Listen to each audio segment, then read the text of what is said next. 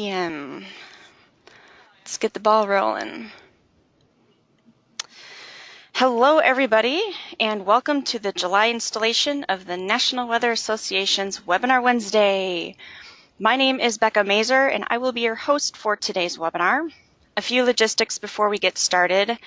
Everyone will be kept on mute for the entirety of the talk, but you can ask questions throughout the webinar by either using the question feature on the GoToWebinar GUI or ask your question on Twitter using the hashtag NWA Webinar.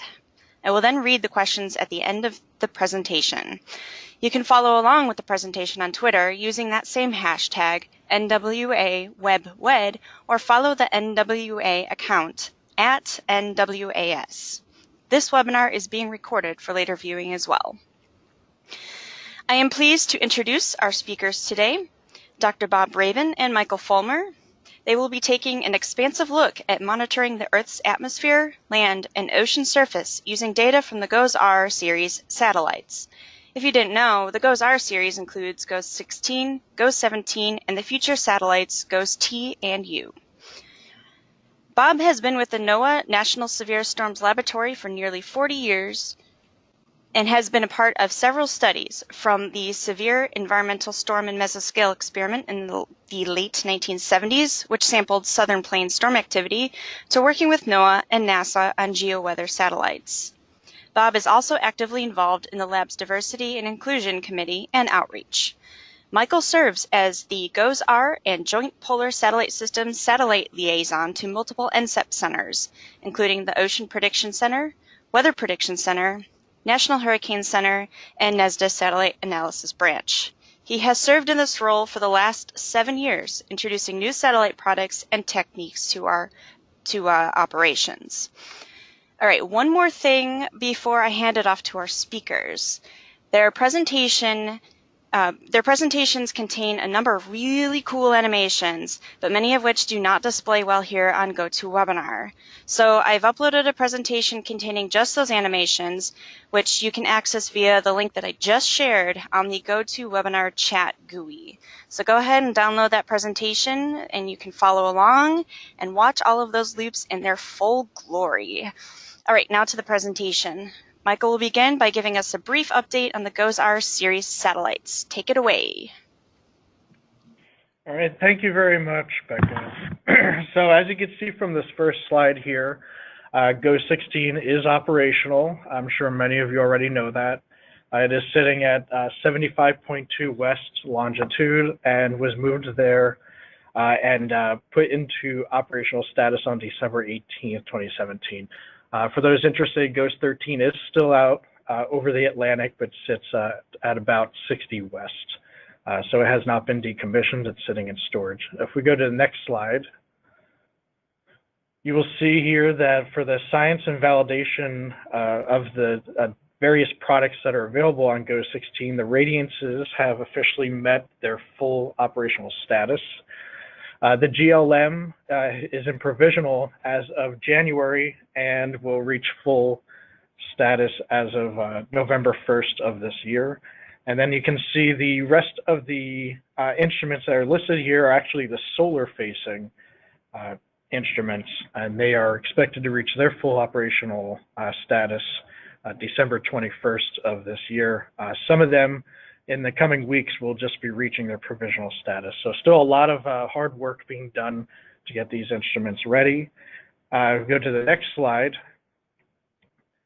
This slide will update us, it hasn't gone over on my end yet, to the ABI. There we go. And as you can see, of all the advanced baseline imager products that are available, the cloud and moisture imagery are the only ones that have reached their full operational status as of June 1st. The remaining products, except for snow cover, will reach their full validation on November 3rd of this year. So we are almost at full capacity of being able to use GOES-16. Hopefully that has everyone excited. As far as being able to get many of these different products publicly, if you aren't in the National Weather Service, I expect we will hear more information on that as time goes. Next slide.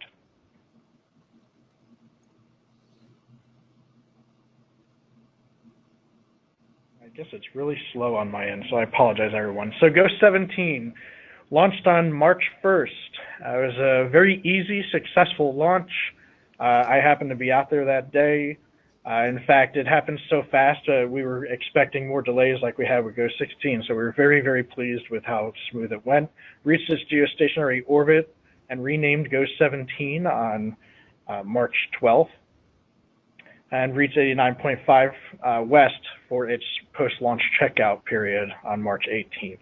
And you can see the rest of the dates there. I'm not going to read through everything, but the Earth pointing platform was deployed on April 11th. We go to the next slide. This should be one of the first images.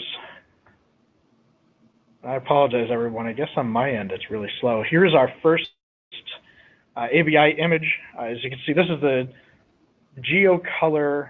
It's kind of a simulated version of a true color image where you simulate the green band. But a very beautiful first image on May 31st of this year. Next slide. And here's one of the first close-ups. These are stratocumulus clouds over the Pacific Ocean. Trust me, if we were able to animate this on the webinar, you would see beautiful gravity waves radiating through this stratocumulus field. So if you have a chance later, look at some of the animations. Next slide. This one should be fog over the coastal areas of Southern California down through Baja in Mexico. Again, if we were able to animate it, this would look more beautiful, but you can get a good idea of the different contrasts at the higher resolution. In this image, it's 1 kilometer. Next slide. Now here, we have a few of the fires out west. It's been a pretty busy fire season, I guess fire year in the end. And so we got some of the first looks, and you can see in this GeoColor imagery how well the smoke plumes show up with some of the bigger fires. Next slide. And again, if this were able to animate on here, you would be wowed. This was the first GLM imagery that was released May 21st of this year. And if you want to see more of these types of images, you can go to lightning.umd.edu, where they post this particular imagery, run by NESDIS and KICS, Cooperative Institute of Climate and Satellite. And this imagery is freely available to the public for Ghost 16 and should be available once we get updates on Ghost 17. So speaking of updates, go ahead, next slide. Oh, sorry, one more. We have solar-facing, very interesting instruments that we're able to use to look at the sun and see the health of the overall sunspot and solar flares. And you can see we even get some colorful RGB-like imagery in the lower right, which help to identify some of these smaller features on the sun surface. Next slide.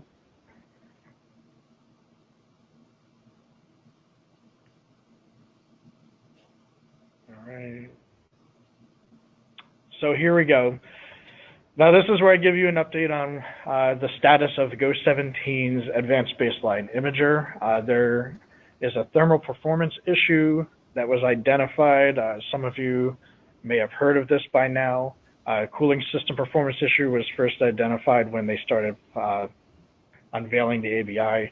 11 of the infrared and 2 of the near infrared channels are affected in varying degrees, the longest wavelength channels being the most affected. We have a team of experts from NOAA, NASA, and the ABI contractor team and industry professionals that are investigating the issue, trying to find a solution. The potential for different ABI operational configurations is currently being discussed by these various teams. You have 4 to 12 hours of possible degradation daily, and some of the IR bands may be restored completely, but we don't know. Impact to post-launch testing and product validation schedules to be determined. So stay tuned. I'm sure over the next couple of weeks, we might hear more information about this. Next slide. This is the post-launch science product validation schedule for Ghost 17. As you can see, the ABI is marked with a TBD. So we will, again, learn more about that later. but everything else is on track. The GLM is healthy. Looking at September 27th to get that into a beta phase. The magnetometer and these other various solar instruments are also performing well. Next slide. So I'm going to finish off my part here with the GOES-T, GOES-U status update. GOES-T, all the instruments are integrated with the spacecraft. Antenna assembly installed, pre-environmental comprehensive performance test completed. The only caveat here is we are pending a resolution of the ABI cooling system on GOES-17. We want to make sure that T and U do not experience the same issues. GOES-U, the system module integration is underway, and core propulsion module integration underway. So the final two of the GOES-R series are on schedule as of now.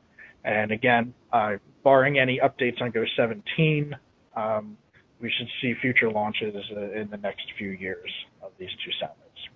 With that, I believe now I get to turn it over to Bob. Thank you very much. I'll be back later. All right, I have a quick question. Could you repeat the link to the Lightning website first and foremost? Not a problem. I should have put that on a slide, and I apologize. It is the word. It's the word lightning, lightning.umd.edu. All right, I will go ahead and share that with everybody. Thanks. All right. Thank you. Thanks, Rebecca and Michael. I'm going to continue now with our second segment on some of the current research activities going on with the latest data from the ABI data from NGLM from GOES-16. So the work I'll be presenting, I wanted to acknowledge my co-investigators on it here from Sims and Madison and Nestis Group, and then UAH in Alabama. So we'll go on to the next slide. So a brief outline of what I'll be talking about. First, a little bit of an overview of deriving satellite winds from satellite from motion vectors, and we'll be looking at two techniques, which I'll describe later.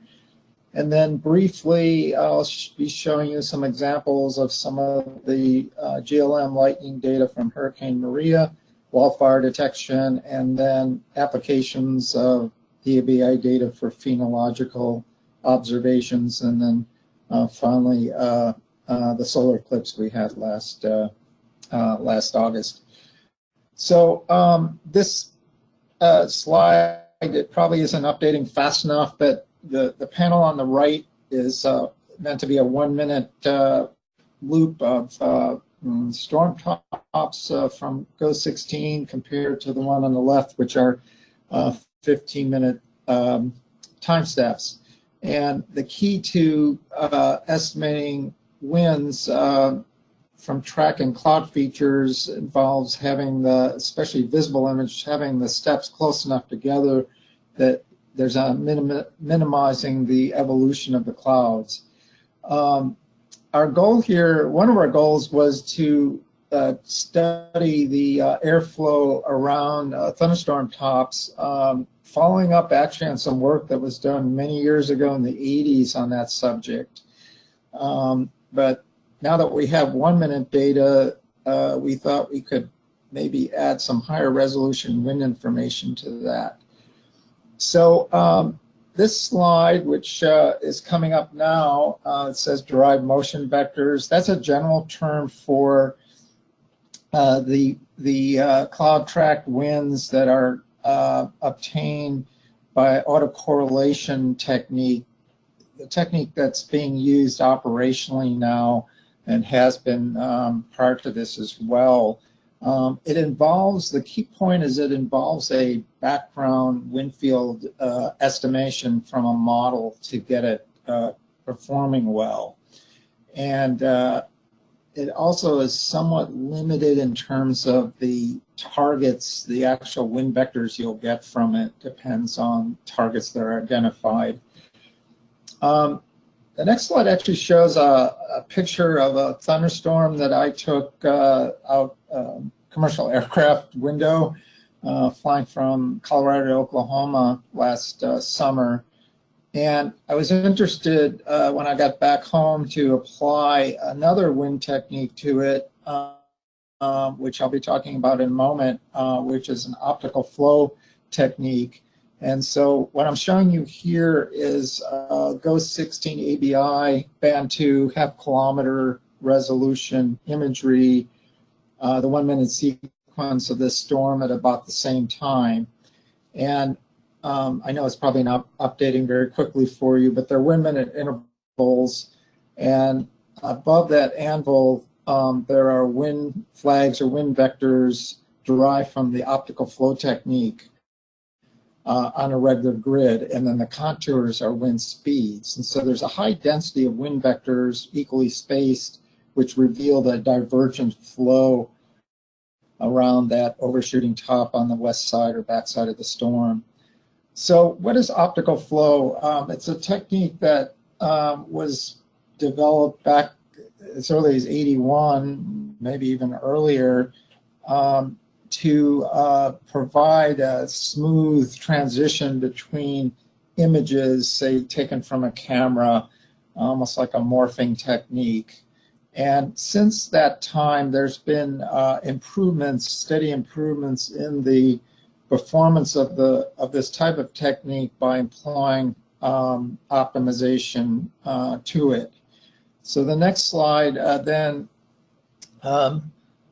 shows the particular implementation of optical flow that I used. It came from a group at Saarland University in Germany, and it's just one of the later improvements in the optical flow technique. The key is that this technique does not require a background guess. It doesn't require a model wind field to perform well at all. It just works on its own. But it works best when you have very frequent images, which that was our motivation for testing this with the 1 minute imagery from GOES. So my colleague Jason Apte at University of Alabama, Huntsville did some of the earlier comparisons, which I'll be showing you, of these two techniques, the optical flow and the derived wind vectors. And in order to do that, he developed a system where he actually looked at thunderstorm anvils and then did use a model analysis to interpolate the winds to a constant pressure level. It was assumed that all the wind vectors on the anvil were the same pressure just to start off, even though there's some uncertainty in that. So this objective analysis technique is needed, especially when you have irregular wind observations at different pressure levels, if you want to obtain a horizontal divergence or vorticity estimate, which we were after. We looked at this on a test case, several test cases, but the one I'll be showing you is from a tornadic thunderstorm in northeastern Alabama on the 5th of April last year, 2017, during the Vortex 2 experiment. And it's the highlighted by the red box on the left of this map. And the following slide here shows an animation of GOES Channel 2 ABI, the half-kilometer, during the hour, which we'll be looking at here, 2021 UTC on. And there's a lot of other convection further east that's more widespread.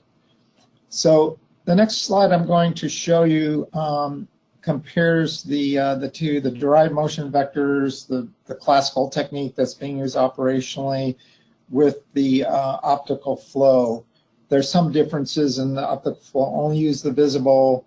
The derived motion vectors used actually water vapor and IR as well. We're looking at one time the thunderstorm in the upper left corner, and the wind vectors from both techniques are plotted. And you'll notice that there's a higher density of wind flags with the optical flow. It's actually regularly spaced, whereas the traditional technique is void of wind vectors in some of the critical areas of the storm top. Nevertheless, when divergence is computed, those are the red contours, there's quite a bit of similarity between the two. there's a larger storm scale divergence showing up with the derived motion vector analysis, but the optical flow has a higher resolution and shifts the maximum divergence closer to the overshooting top in the southwestern portion of that storm. The next slide shows a different way to look at the winds from the optical flow algorithm. We're actually only plotting wind vectors every 10 kilometers on this particular image, but they're available at every half kilometer, although there's some smoothing and redundancy in them. But what I wanted to point out here in this white oval, inside the white oval, is a couplet. The background colors represent the magnitude of the wind in meters per second, and there's a yellow, a little area of yellow here, which would be approaching 70 to 80 meters per second, or around 150 knots. That's just downwind of the overshooting top, and then the blue area here to the southwest of it is upwind of the overshooting top, and the winds are only 20 meters per second. So that's a signature of divergence from the wind field associated with the strong updraft, and perhaps could give a quantitative estimate of updraft speed. This is another way to, another visualization of the winds from the optical flow over somewhat of a larger area, where the wind flags are color-coded. There's a scale on the top, so the yellows are between 110 and 120 knots. Slightly different time than the other image I showed you. And then the next slide here is showing a color coding of the wind flags by assigned pressure levels. Those pressure levels, by the way, are obtained from the GOES-R, one of the GOES-R cloud algorithms, cloud top pressure algorithms. And it's not all these wind vectors that are in yellow, for example, are all different pressure levels, but it's just they're between 300 and 400, the way it's depicted here. So the next slide is an animation of 60 minutes, 1 minute intervals of this storm that we looked at earlier. I showed you a static image of this at the start. So this is from the derived motion vector. So again, you get an idea of the distribution of those wind vectors there, and there's not a lot of wind vectors, again, near the area of strong divergence. The next slide then shows the same thing, but from the optical flow technique, and even though we're not plotting the highest density of wind vectors because they'd be just overriding each other, there's more of a uniform distribution, and then you see the evolution of that strong divergence signature where the bright clouds are near the overshooting top. So I'm going to switch on, move on here to a different phenomena here. So we are actually running this optical flow algorithm in near real time experimentally. And what I'm going to show you is an example from subtropical storm Alberto, just west of the Florida Peninsula on May 27th this year. So that's the visible imagery, and this is actually a 5-minute interval between the images being shown.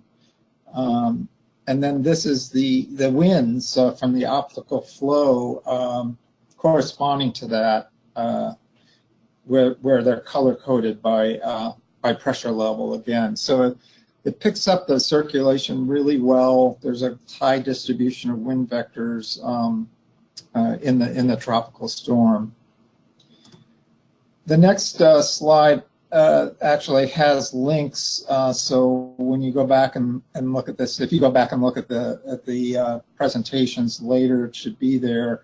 Of course, these are subject to change. They're experimental, but we're running at 10-minute intervals. I believe, actually 15-minute intervals right now, sorry. We're running these winds in near real time on the 2 mesoscale sectors, which have 1 minute sampling from GOES 16 ABI. simultaneously, and so those websites allow you to look at the output from that. I'm going to now show you an example of application of some of the GLM data with hurricane studies going on here at NSSL. So this is Hurricane Maria from the 19th of September last year that devastated several of the islands in the Caribbean, and at this particular time it hasn't arrived quite yet to Puerto Rico, which is in the upper right corner there. The next slide shows the lightning events or density or frequency of lightning detections within each resolution, which is about 8 kilometers, I believe, superimposed on the visible imagery. And I'll go back and forth, although I know there's a time delay here to show you the correspondence. But what was found in the study so far is that there was a high frequency of lightning near the eye wall of the storm, but particularly in the southeast quadrant of it, when it was in the open ocean area here and intensifying. And then also in some of the convective bands in the southeast of the center of the storm. But back in the northwest, you don't see any lightning at that time. So that was interesting. Now I'm going to give you an example of some of the fire detection.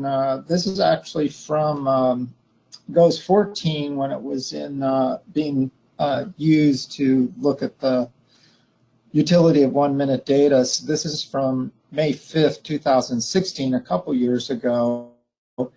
And this was the large fire that when it was getting started in Fort McMurray, Alberta province in Canada, northeastern Alberta.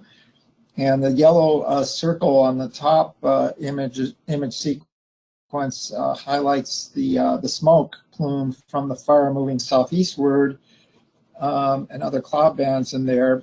The lower figure has the 3.9 micron brightness temperature. These are at 1-minute intervals, and may not show up well in the webinar, but the GoToWebinar because of time delays. But it looks like a speckling of the colors red and yellow, indicating a lot of evolution in the hot spots from the fire on a 1-minute time interval.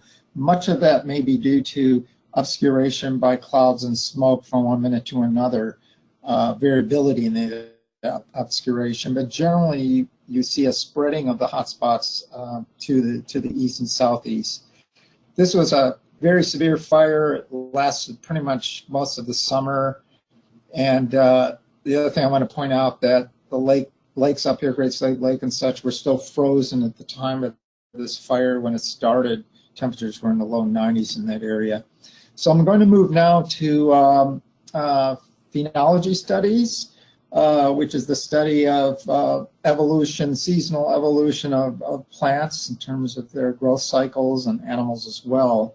But we're looking here at Channel 2, a half-kilometer visible image from the 23rd of August last summer over the Midwest area. And it was mostly cloud-free, but there's some clouds there. The next slide is the same area, but it's a loop or an animation going back and forth between NDVI, Normalized Difference Vegetation Index, derived from the ABI, and that slide is colored, appears mostly green with some yellows in the western part. And the other one that it's alternating with is a gray shade slide, which is the window channel IR. And you can see a very high correlation, both on a small scale and also a large scale, between the vegetation index and the surface temperature. So I'm putting my cursor on Kansas City here, then on St. Louis, Des Moines, Omaha, Lincoln, Nebraska, Cedar Rapids, Waterloo. All these even smaller communities have a very strong signature with less vegetation, less greenness, and hotter surface temperatures. We also see, as we move out west, that there's a large change in background vegetation as you go into the higher plains. There was a drought going on there into Montana, severe drought last summer, devoid of vegetation, very high temperatures at the surface. So I just want to point that out because this can be used for a multitude of applications, including input to numerical forecast models. Now we're going to switch to the total eclipse from the 21st of August last summer. And many of you have probably seen loops like this before, but over a larger area. It's showing the general darkening as the eclipse moved across. But what we're looking at here is an enhancement that focuses on the area of total eclipse, which is a much smaller area. And these are 1 minute intervals as the shadow moved from minute to minute from Wyoming across Nebraska. And then the next slide, the same time sequence, but we're looking at temperature change. If you can ignore the yellow-blue areas, which are clouds, you'll see a general blue area that moves to the southeast, followed by a red area that moves to the southeast. That is temperature change derived from the ABI window channel in clear skies, in tenths of a degree per minute. So it just highlights the accuracy of the IR sensor in depicting picking out small changes in temperature, is able to actually measure the temperature changes of the land surface, the either bare soil or vegetation canopy due to the loss of sunlight and then regaining the sunlight as the eclipse moved on. So in summary for this segment of the talk here, I introduce you to some early work with the optical flow technique to derive winds on thunderstorm tops and deriving divergence aloft, which could be a quantitative measure of the updraft strength. And then some uncertainties I didn't mention yet is the uncertainty of the assigning the heights of those clouds. And we use the IR for that mainly, whereas the visible is ½ kilometer. So there's some difference in the resolution can cause some uncertainties there.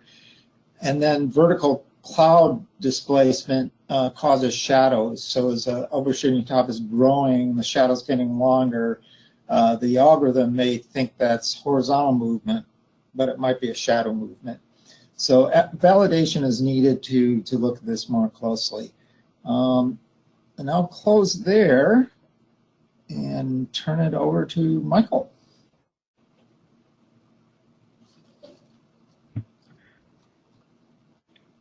All right. And now hopefully everyone can see my screen. Yep.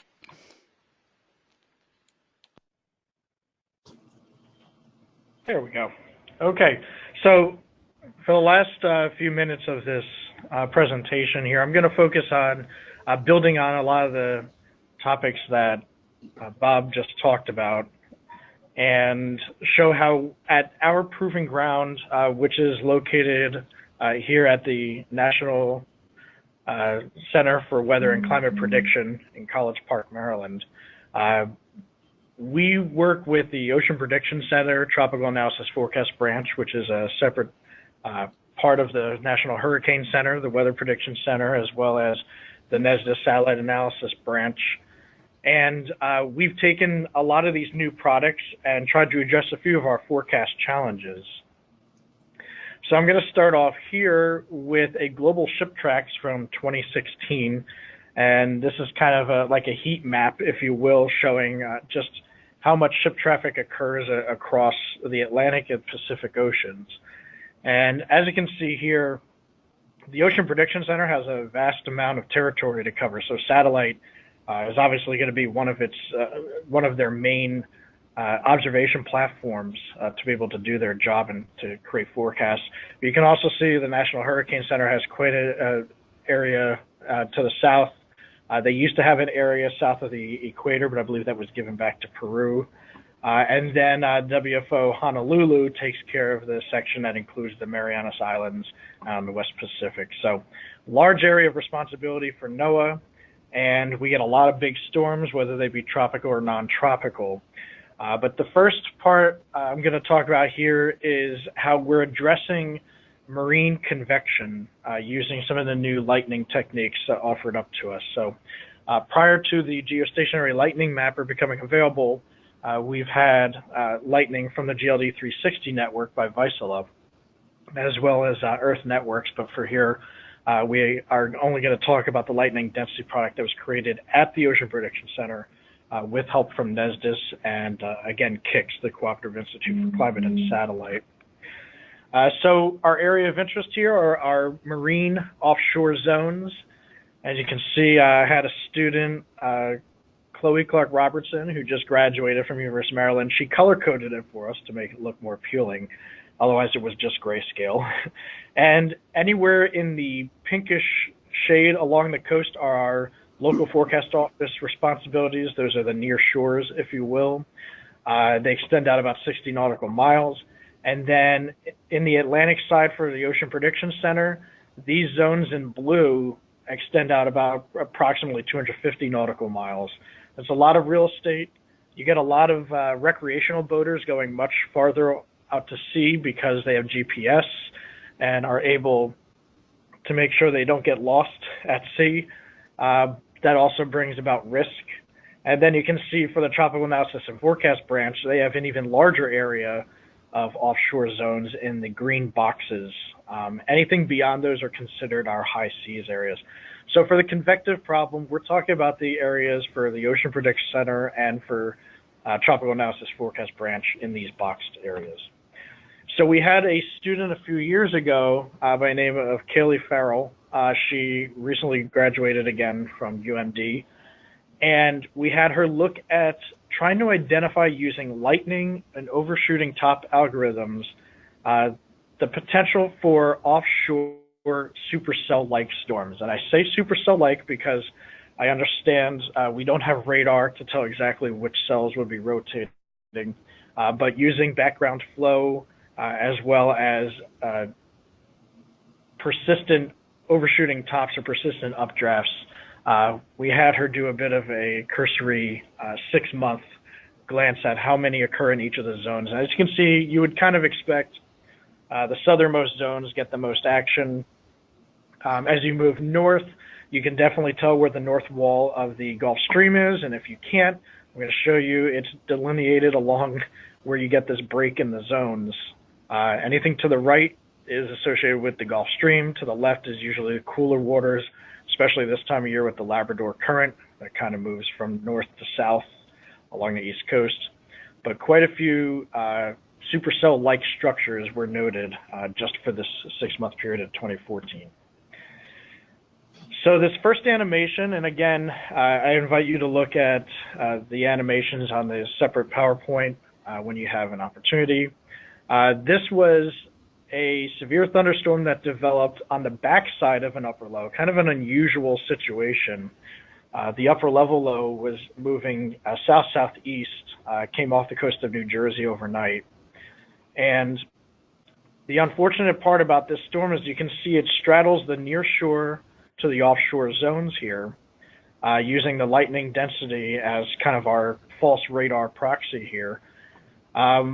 But there happened to be a sailing regatta that started out of Annapolis and was making its way through the Chesapeake opening to the Atlantic and then up into Newport, Rhode Island. Well, 3 sailboats were hit by that strong thunderstorm. And we actually got some firsthand experience. I won't read this all for you, but to just mention that the sailboats experienced 15 minutes of 50 to 60 knot winds gusting to 80 knots.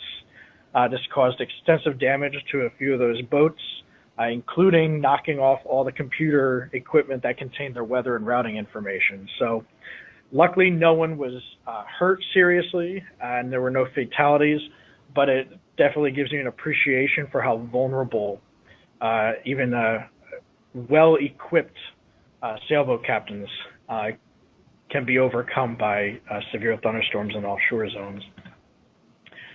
This next animation is a pretty unique one. We happen to have 1 minute GOES 14 data, so I know on my screen it's going at 1 minute. On your screen, I'm sure it's jumping every 10 or so. But again, if you have a chance to look at it later, you have 2 minute lightning density overlaid, and the area we're most interested in is right at the center, where you can see some bursting of lightning that appears with what looks to be a bit of a supercell-like thunderstorm, which helps to form a mesolow that becomes the parent surface low. And the reason why this is so important for us to monitor, even at these time scales, is that this is a very active shipping route, whether it be for cruise ships or for cargo ships, and of course your fishing vessels that go out to try to get their biggest catch. When you get situations like this, even if it's a well-forecast system, sometimes ships get into trouble. So being able to monitor with these lightning tools has definitely kind of changed the game in how marine convection is being looked at by the Ocean Prediction Center. This next animation is 5-minute imagery using the GeoColor product that's produced at Sierra by Steve Miller. And in here you have 5-minute lightning with the 5-minute imagery. And again, another powerful storm goes up the East Coast. This was January 3rd through the 4th of this year. Many of you may actually remember this storm, especially if you're along the East Coast.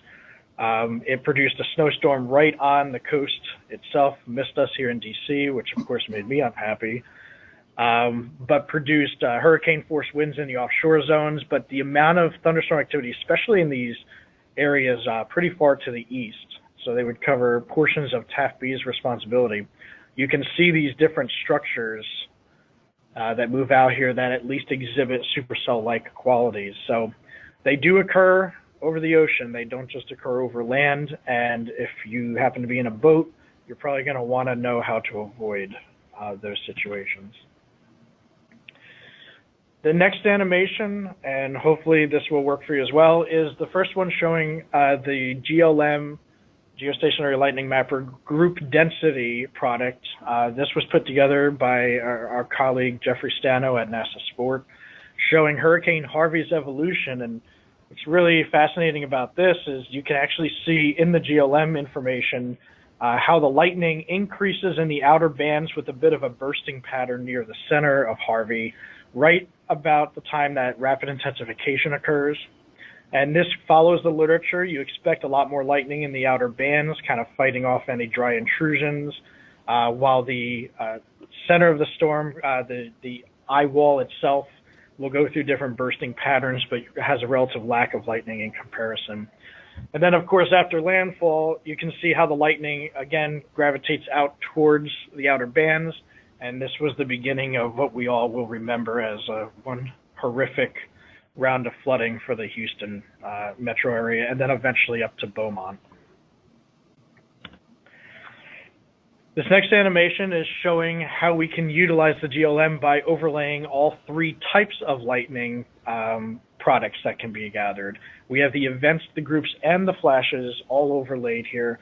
And again, in the 8x8 kilometer grid pattern, you can see how the different flashes even extend out a little ways from the parent thunderstorm activity. So we haven't been able to get this into operations yet. We are very much looking forward to it, actually quite excited, as I'm sure you can imagine, and hoping that we can find new ways to collaborate with others and find better techniques for being able to monitor and analyze these thunderstorms offshore.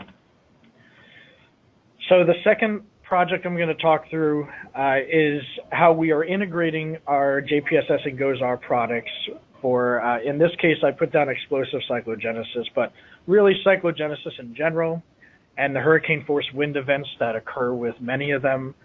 On average, the North Atlantic and the North Pacific see approximately 40 to 45 hurricane force non-tropical storms per year. You put that in comparison to the amount of tropical cyclones that reach that, and obviously it speaks volumes. So it's a big forecast challenge. And prior to getting GOES 16, we had Himawari, where we started doing some of our work. in identifying the stratospheric intrusions and how that can lead to the downstream development.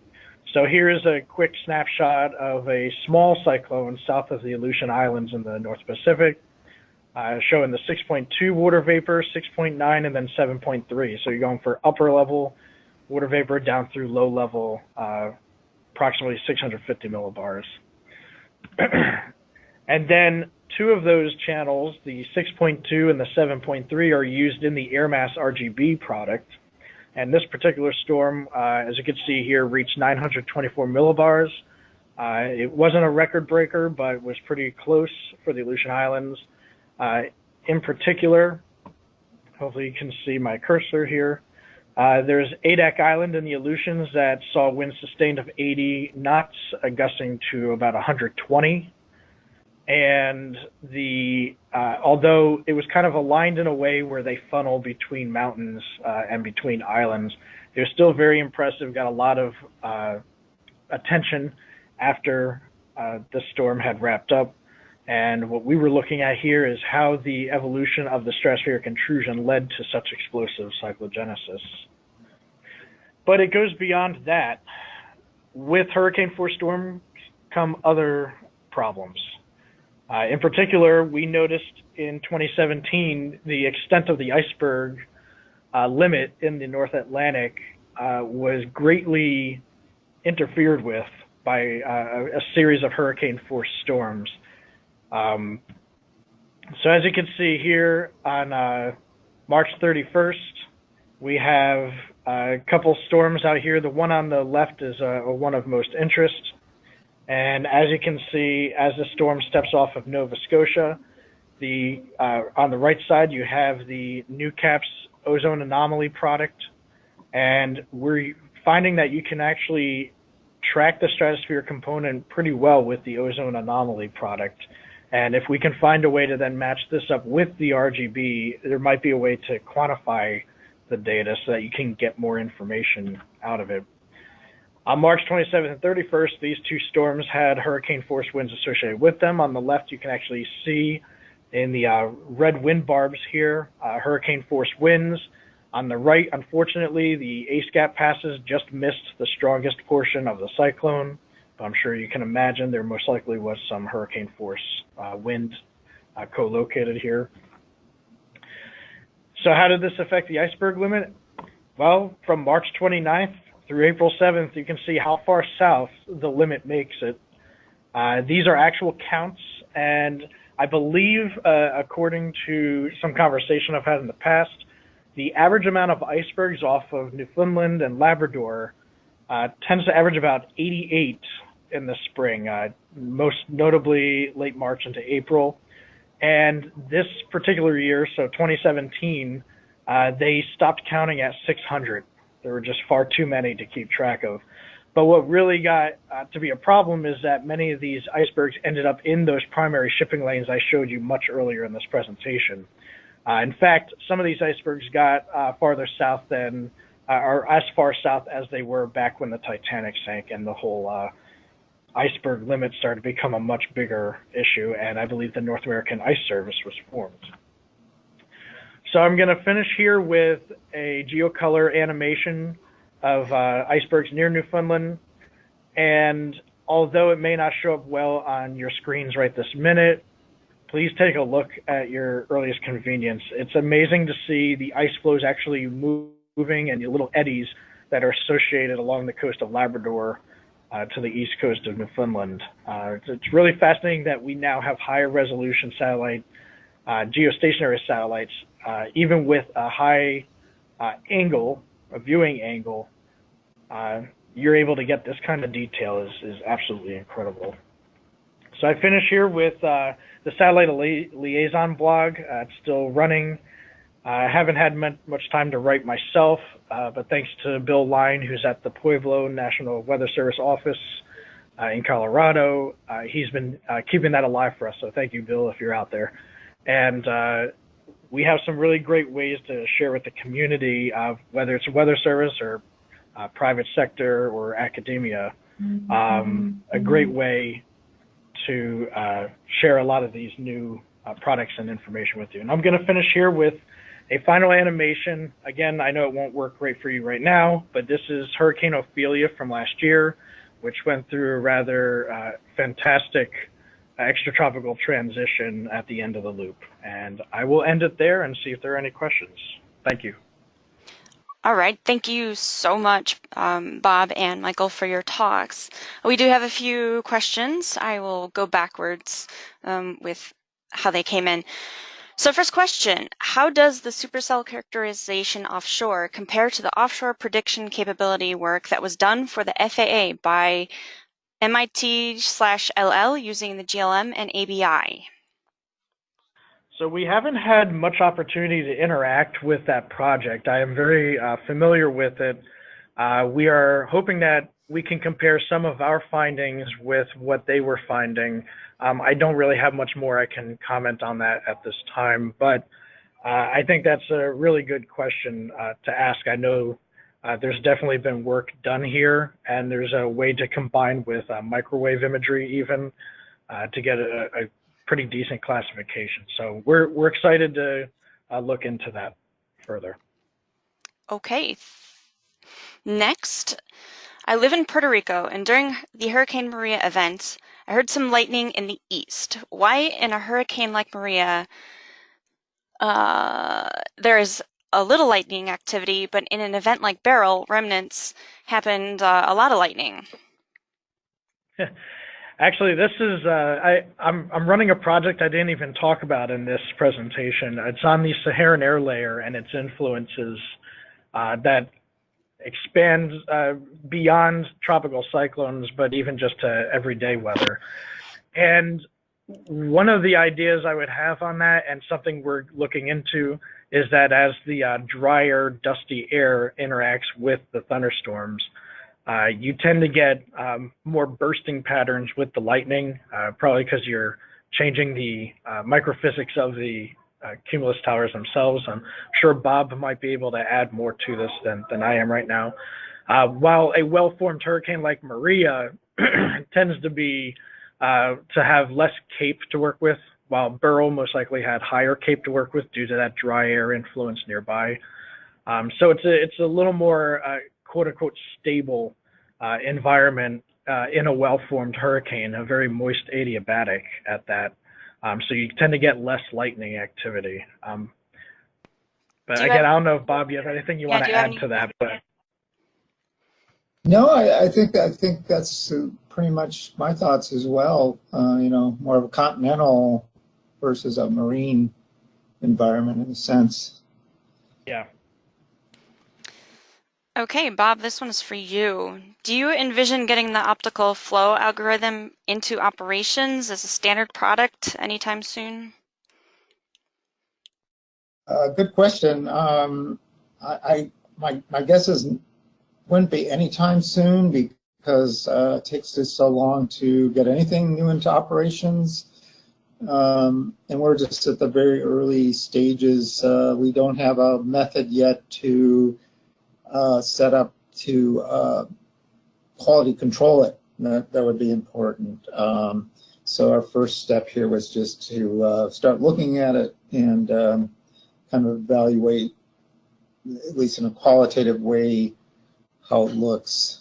But yeah, I don't really have, the goal would be to get in operations, but I'm afraid it might take quite a while for that to happen.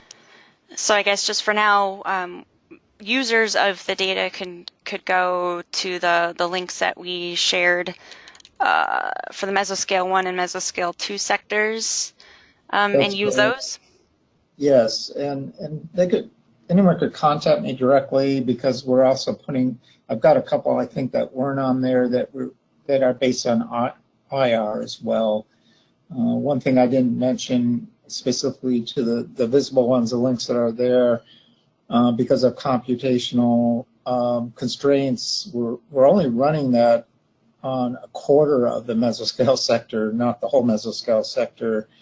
And by default, it's centered in the middle, but we can move it on demand. Excellent. All right, one more question. It's sort of general. It can go to both of you guys. What is the difference in height between the GOES and the polar satellites? And then also, where are satellites T and U going to be positioned? You want to mention that, Michael? Excuse me. Well, the geostationary satellites sit at approximately 22,300 miles, I think it is. I don't think it's kilometers. Correct. I believe it's miles away from Earth, so that you can get the full disk within that camera view, or the Earth, I should say. It's in a full disk version. The polar orbiters, by comparison, are much lower. I don't exactly know the number. I don't know if you know that one off the top of your head, Bob. I think they're typically around, 300 miles, something in that order. So, yeah, and they tend to rotate kind of in a fixed pattern, with the Earth rotating beneath them, while the geostationaries are geosyncratic, using star trackers as well as I think the sun. Don't quote me on that one, but they more or less move with the Earth. So there's a difference in how they actually are sensing as well. We have a couple. We have a couple comments here. Yes, 22,300 miles for the geo, and then polars are roughly 535 miles ish. You were close, Bob. Sun synchronous, 97 degrees inclined. Yes. Thank you for your Thank you. for your comments, the audience. You got me. Now, as far as answering T and U, all satellites that are, all the geostationary satellites that are launched go for their post-launch checkout at approximately 89.5 west. Pending what happens with Ghost 17 and the health of the constellation, I believe the original idea was to have both T and U go into storage until they were needed later on. But as I said, stay tuned. It's kind of an evolving situation. Okay, I think that's all the questions we have, and we're getting close to the hour anyway, so we'll wrap it up here. Thank you once again, Bob and Michael, for an extremely informative talk on all that the new GO satellites can do for us. And thank you also to our social media committee member, Trevor Boucher, for live tweeting during the presentation. That is all we have for now. So please join us next month as we will hear from Roger Edwards on tornadoes and tropical cyclones and how the SPC forecasts for them. The webinar will be on August 1st, so mark your calendars. Thanks again, and we will see you next month.